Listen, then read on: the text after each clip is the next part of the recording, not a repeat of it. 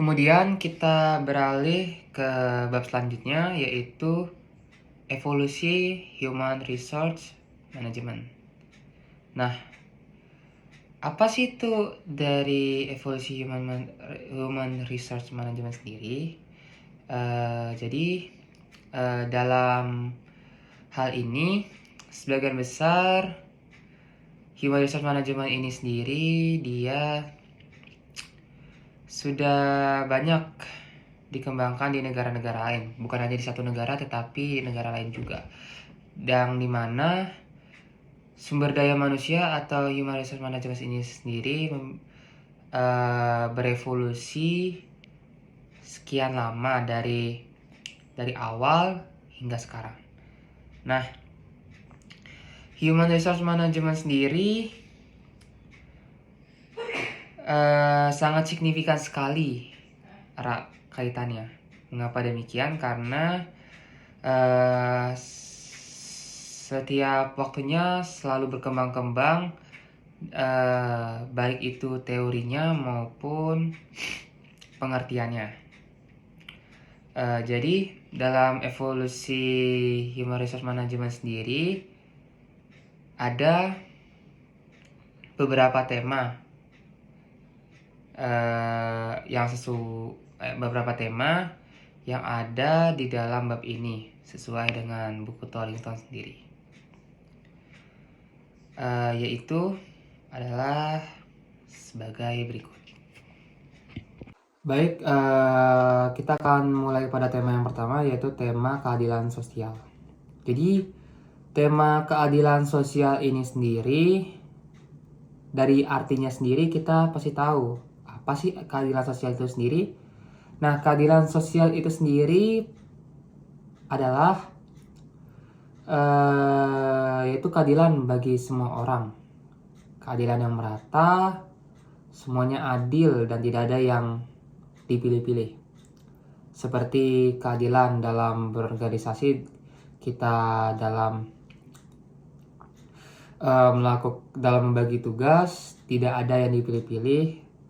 Begitu juga dalam suatu perusahaan, keadilan yang merata bagi seluruh orang, baik pegawai, atasan maupun yang ada dalam suatu perusahaan.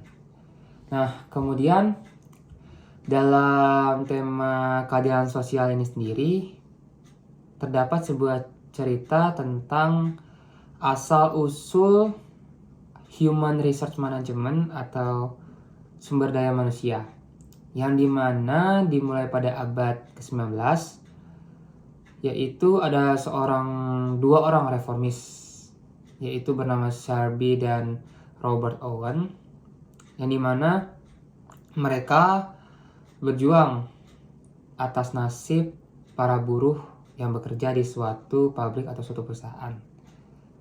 Yang dari cerita tersebut dapat dilihat bahwa adanya tindakan semena-mena dari atasan yang tidak sesuai dalam suatu nasib para buruh tersebut, yang dimana mereka diperlakukan tidak adil. Nah, dari cerita itu para reformis tersebut tetap memperjuangkan hak para buruh tersebut agar tetap mendapat suatu keadilan. Nah, kemudian dalam tema ini juga terdapat beberapa contoh dari keadilan sosial sendiri, atau mungkin contoh yang memungkinkan adalah contoh cerita-cerita tentang keadilan sosial dalam tema ini dalam sumber daya manusia, yaitu tentang pembayaran rumah sakit, sewa rumah, dan lain-lain sebagainya. Baik, lanjut ke tema yang selanjutnya, yaitu tema kedua tentang birokrasi yang manusiawi. Nah, birokrasi itu apa sih sebenarnya? Birokrasi itu yaitu seperti rantai komando yang berbentuk seperti piramida. Nah, jika dikaitkan dengan birokrasi yang manusiawi dalam buku Tollington ini, mungkin bisa dikatakan bahwa piramida atau rantai komando yang istilahnya nanti digunakan untuk sumber daya manusia atau yang memiliki hubungan tingkatan dalam sumber daya manusia sesuai dalam buku ini. Nah, kemudian dalam tema yang kedua ini, yaitu dapat kita tahu bahwa birokrasi manusiawi ini dipengaruhi oleh seorang pemikir atau ahli pada abad 18 atau 19 yang bernama E.V. Tyler, yang dimana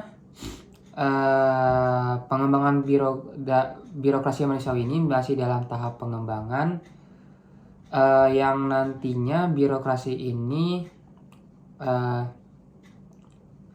dapat